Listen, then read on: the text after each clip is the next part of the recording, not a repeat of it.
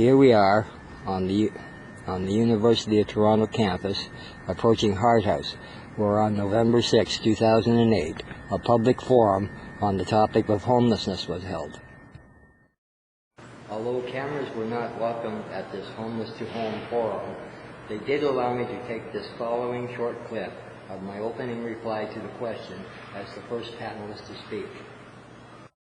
Part two of that question is, what more is needed to feel at home in your housing and community? So I'm going to start actually with Ron Clayton right here. Thanks, Ron. Thank you. I'm speaking as a person who spent 10 years homeless in the city. I'm now housed. I was, while homeless, I was both an alcoholic and crack addict and user of just about any kind of drug I could get my hands on. I haven't touched any of those things except for cigarettes since March 2nd, 2005.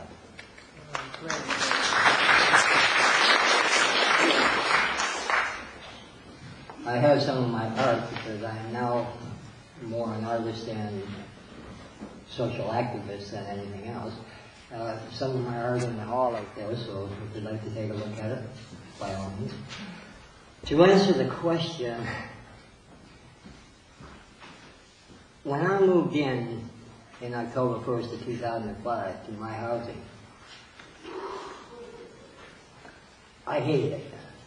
I'd been on the streets for 10 years, and I couldn't sleep. I felt claustrophobic. I felt like leaving and going back to the street. And it took a long time before I could even sleep at night. I've been there now 3 years, and I'm up to maybe 3-4 hours that I can sleep at a time. At first, less than an hour. What can be done to help? I was an easy one, because I had already stopped using drugs and alcohol and whatnot when I moved in. A person who's still using has a much more difficult time than I do. And revolving door homelessness is the biggest issue that I can think of. If someone has moved into housing, we've got to find a way of keeping them there. Point back. When I moved in, I was surprised and pleased that they had a worker check on me from time to time for the first year. For me, that's pretty good. It was adequate for me because I wasn't using, and I've always been a very self-sufficient person. So I pretty much, after a few months, I was okay. But if a person moves into housing from a long-term homelessness and they're still using drugs, a year is nothing. I think that, first of all, they should have the worker, the follow-up worker, do an evaluation session where they can determine the level of support that's going to be necessary for that person. And in the beginning, once a month or whatever, just isn't enough. They should be there at least weekly.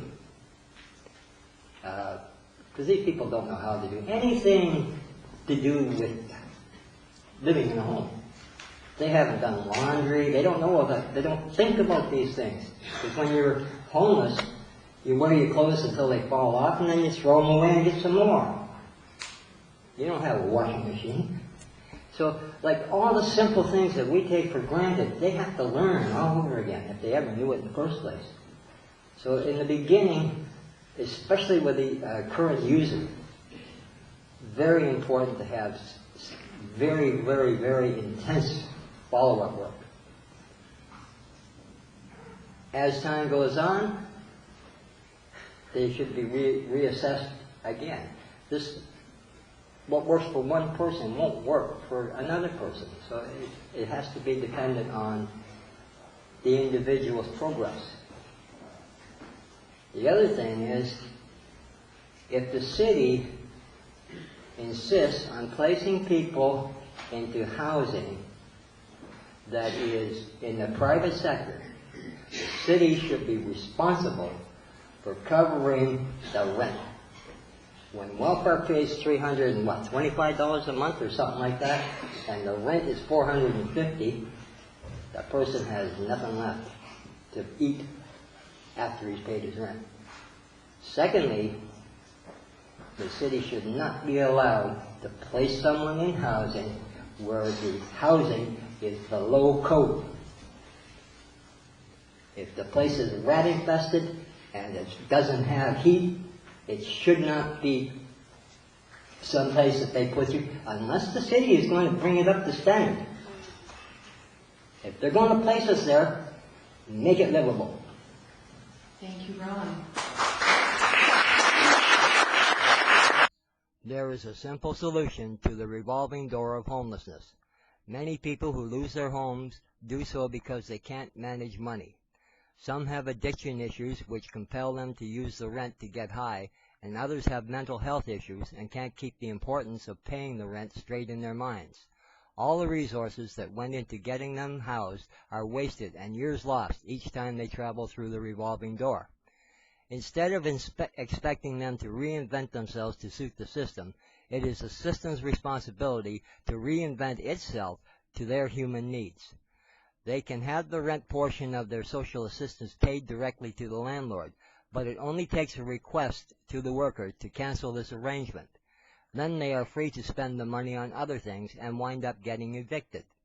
Instead of allowing this, the social assistance agency should lend them the rent arrears, provided that the tenant signs a loan agreement which includes an irrevocable direction to the agency to pay the rent directly to the landlord until the loan is totally repaid. It's simple, it's effective, and it would eliminate a major cause of homelessness.